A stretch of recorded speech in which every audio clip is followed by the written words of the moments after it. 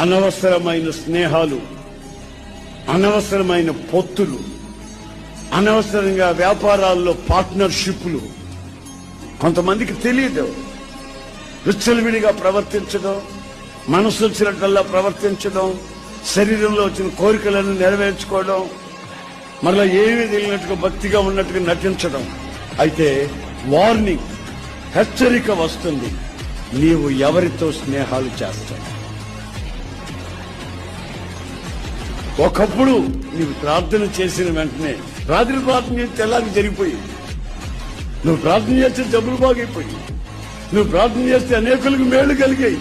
ఇప్పుడు నీ పరిస్థితి ఏమిటంటే నీ కొంపలోని రాత్రి మగళ్ళు అల్లకాల్లో, నీ పిల్లలే వెచ్చలు విడతారు, నీ జీవితమే గమ్యం లేని పరిస్థితి. దీనికి కారణం ఏమై ఉంటుందంటే